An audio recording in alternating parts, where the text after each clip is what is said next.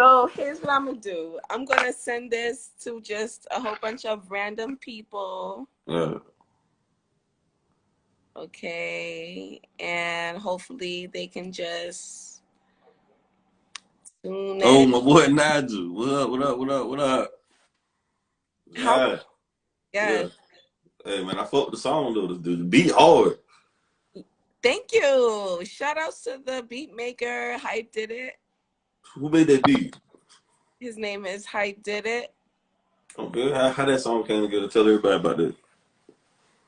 Literally, oh my God. Okay. It is okay. Give me 1 second. I'm sending this live to everybody right now. Mhm. All right.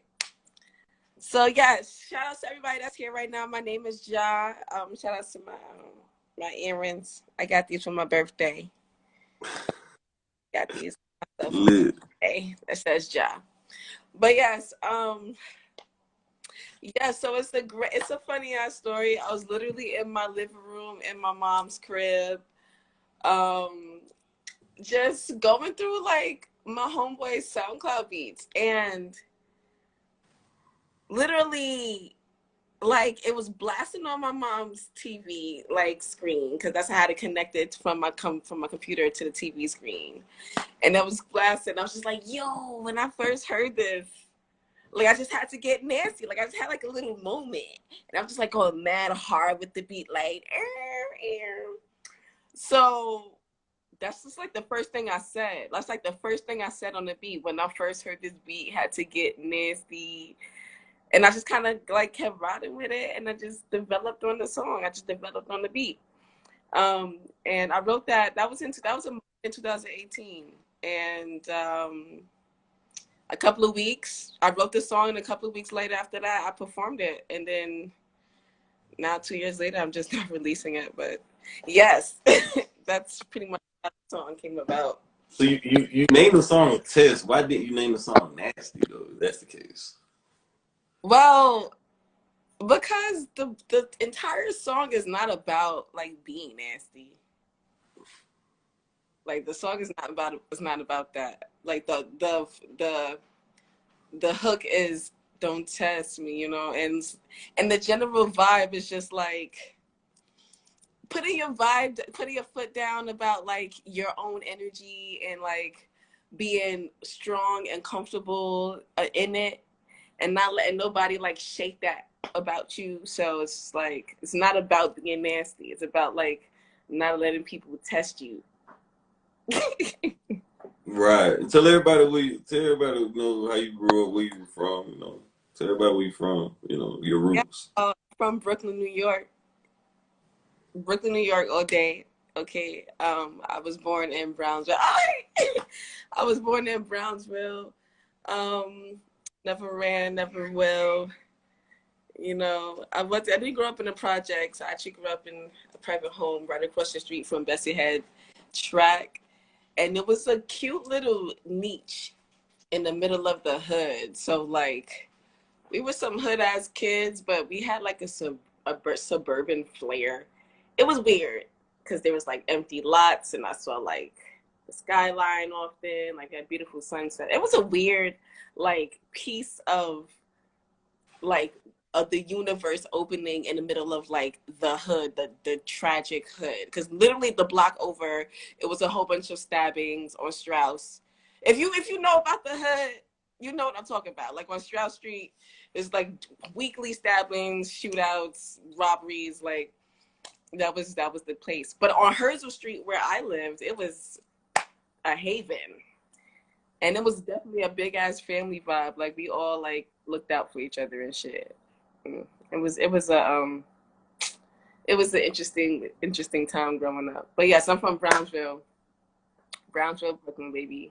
A lot of famous people came out of Brownsville. Muhammad Ali, and then Mike Tyson came out of Brownsville. So That's a fact though. That's a fact though, Jack. A couple of people came out of there. Got some great uh, few gems. so was you raised by one parent or two parents growing up? So I definitely was raised by my American mom. She's from Queens. And her people is from Augusta, Georgia. But I was raised with my mama. It was a single parent household. And my father was half in, half out, and he's Caribbean. He's from Dominica, so he is. I knew him. Thank God, I knew my father, but I was raised by my mama. Thank God for that too. Okay, so you were raised by a single mother. What was that? Was it hard being raised by a single mother? Was it a lot of struggle? Like, what's that like for everybody watching? Struggle, like, we came from humble beginnings. My mom was an educator, or is an educator. She's still teaching. Um, and she was widowed at when I was 5 years old. So, just being, having to support. She had three kids. I had my two older brothers, and then there's me. So yeah, it was a definite struggle for my mom to like raise us and, you know, try to do her best to give us the best that she could and give us amazing experiences. Like, my mom was a very outwardly thinking mom. So we was able to travel, do a lot of road trips, and experience different types of things and get into different activities as children. So that's how I was exposed to the arts. Like, my mom just kind of thinking outside the box. My mom and my grandmother thinking outside the box and, doing different to give us, you know, different experiences. Mm. Okay, so did you also people don't realize is New York, Brooklyn, those surrounding areas birth hip hop. So like did that like what age you grew up had a passion for music? Like you starting to get inspired to be an artist. Always been a part of my life, hands down. Like, I don't remember a moment where it wasn't. Um, so by way of education, my mom and grandmother brought the arts into my to school, to brought the arts to school. But in the home, my brothers, they were blasting all the hip hop. They were blasting everything. They were blasting Beanie Siegel, Jay-Z, of course. Jay-Z was really big in the household, okay? It was like we were a Hova house, okay? Um, Typical. but yes, LL Cool J, we had the throwbacks. We definitely, had the classics. Slim Rick would definitely be playing, like, just different eras of hip hop will always be like kind of just constantly blasting. Like, it would be so bad. Like, my mom would be angry at the volume, but it was like at the same time it was good music. Yeah, it was rowdy, but if you get past like the initial stigma of the rowdiness of hip hop, you realize it was dope as real ass music and music coming from the heart. And that was something that was um, ingrained in me from a child. So it's like, kind of can't help it. It's a natural, subconscious thing for me. So why did it take you so long to release that one song you got?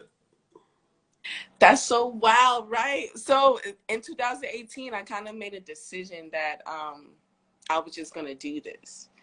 But I also said, like, I'm gonna take the time out to figure out who I am as an artist. Also, like, I don't know what the fuck I'm doing. Like, I mean, I don't know what I'm doing. So when I first started, I was just like, I was just supposed to like go to open mics, right? Because that was like the extent of what I knew. I didn't think it was like that even important to release music, to be honest. Like, um, and so I was just figuring out who I was as an artist. And I didn't feel like releasing music. I didn't want to. I was figuring out my sound, figuring out maybe being comfortable even calling myself an artist, or like, just stuff like that. So it's been a journey, and I wanted to get comfortable performing or even hearing myself on a track, or like just that whole thing, So yeah, and then So since mhm. what happened. I think on top of that, life just kind of happened. So like, I think in 2019, like, I created the song in October 2018, so I wasn't even really thinking about putting it on, just recording it. And then 2019 happened. I'm just like, all right, new wave, who this nigga don't is 2019. I know it just rolled around and just didn't happen. And then I was like, 2020, it gotta happen. It gotta happen. Like it just phonetically, it just didn't work for 2021. So it's like, no matter what, bitch, no matter what life is throwing at you, it gotta be recorded and it just gotta be laid out. So, but like I said, it's been like a me journey and just like figuring shit out. So. When you say life happened, can you explain to everybody what was you going through? Like, what was your life experiences that make you not want to drop any music, or what was you experiencing at that moment? 19, I was in school. I was in beauty school. And it was just like really, really tough. Like 2018 was a pivotal year for me, spiritually and mentally. And so just like going along that journey of like getting myself together, you know, finding really what I wanted to do and be and get out of life. And so I think 2019, I was just like grinding. I was just like really focusing on school. And school took up too much of my time. Like it took up a lot of my time and I couldn't really work as much as I wanted to. So like if I wasn't going to school full time, which was a 9 to 5 thing, I was working. So it was more like not really being able to handle. I was also in a shelter at the time for the majority of the year. So it was just like working, going to school, and then handle like, the bureaucratic shelter system and having to within that realm of life as well. So it's just a lot to balance. It didn't make sense time wise, money wise, to even, focus my energy there. I just had to get my life together. Mm. You think protecting your energy like probably the most important thing? Absolutely. How you protect your energy? How do I? You gotta stay prayed up, baby. Stay prayed up. Okay. I mean, there is like no, if no one knows anything else about anything in life, about how to stay grounded and keep your center. And I don't, if you believe in God, well, you should. I believe in God. But my way of staying, protected is really just staying prayed up. And then from there on, everything will definitely come to you bit by bit. But there's definitely a whole bunch of like tools. There's definitely a whole bunch of things. For me personally, I stay prayed up. I meditate. I exercise. I do have an altar catered to my spiritual team and just to money. I have an altar for my money. I have an altar for my spiritual team. And I do constantly like pray throughout the day. Like you gotta pray to make it through the day. You gotta pray to make it through the day. Sometimes I pray to make decisions. Like listen, stay on the path, baby. Absolutely. Path. So yeah, people don't understand it. And so since you believe in God, do the guy you're dating gotta believe in God as well? Absolutely. There's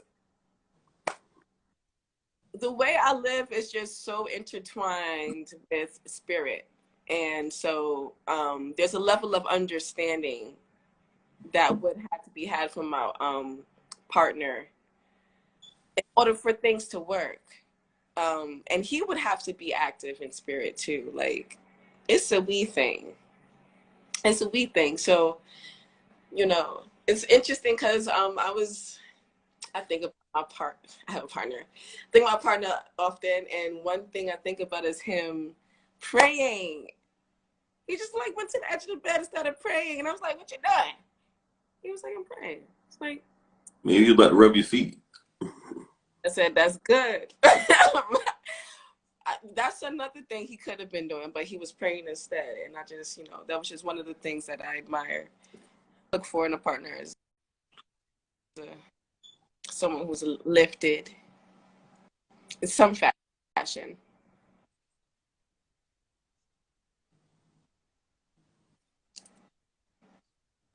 Well, you going in and out now. I don't know if your connection or mine, but you kind of going in and out. Can you repeat that for me?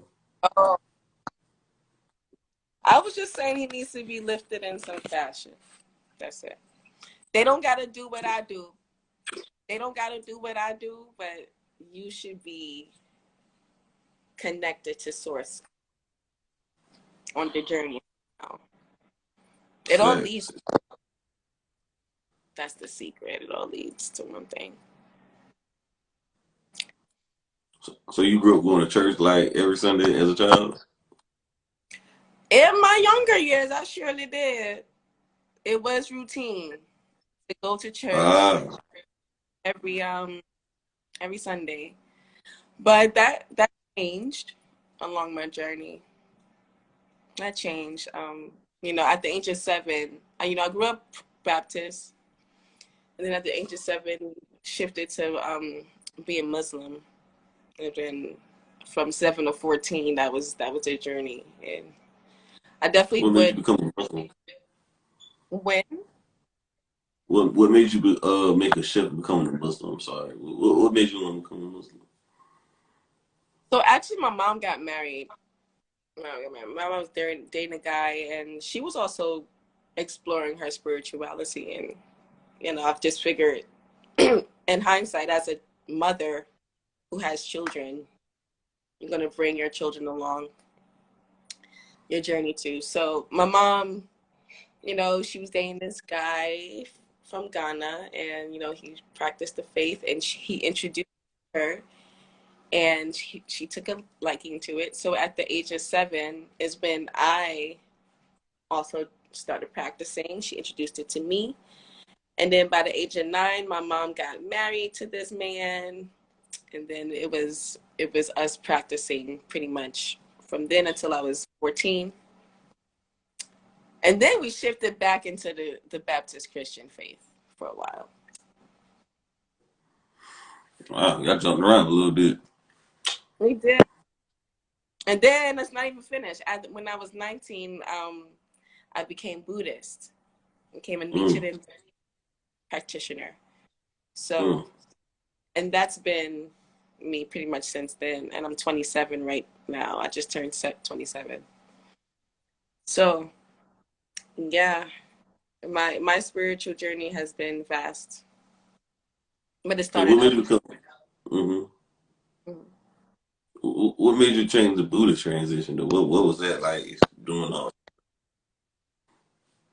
Buddhism, I feel like, taught me to recognize the power and strength of myself in the midst of struggle, and not being fearful of struggle, and even what that looks like, or what that is, how it manifests in your life, and just learning that you really have the power to push through. And I believe it's through the discovery of Buddhism for me that like my connection to African spirituality became more prevalent in my life. Like, I don't know. I feel Oh, like your connection breaking up. I think your connection breaking up. Like I can barely see well, I see you and I hear you very clearly. I can hear you clearly, but I can barely see you. Like it's kind of static. Too much static. No static. You're I can see you perfect over now. here. I can see you, but it's kind of like staticky though for some reason. Someone saying they can hear me.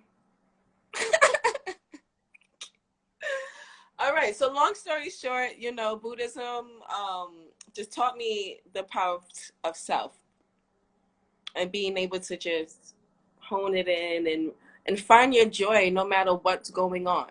No matter what's going on, being able to find your centerfold in joy and push through. And it's through that, like, things really got, like, opened up. My spirituality opened up. Mm. Okay, okay. So you experienced that. And also I seen on your page like it was like twerking to your own song. So what was that like? You was turning up to your own song. What was that feeling like? I guess you was happy you released it. Like Yo, I'm still not over just me being an artist. you I'm said, still what? not I I'm still not over it. Like, so me twerking to my own song was like, wow, bitch, you twerking to your own damn song.